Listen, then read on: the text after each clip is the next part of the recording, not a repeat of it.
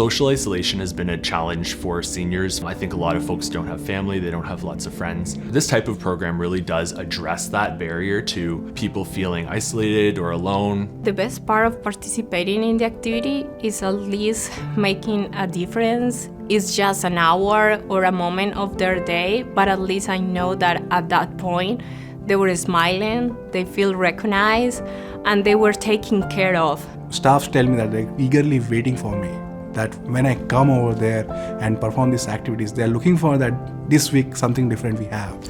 And they are engaging in one team as a work. I can see as a team over there, they did very well. From the student perspective, they really learn a lot with communication skills, with how to deal with dementia clients, building up therapeutic relationship. But from the client's point of view, they gain something too, from like that happiness, that joy, that peace.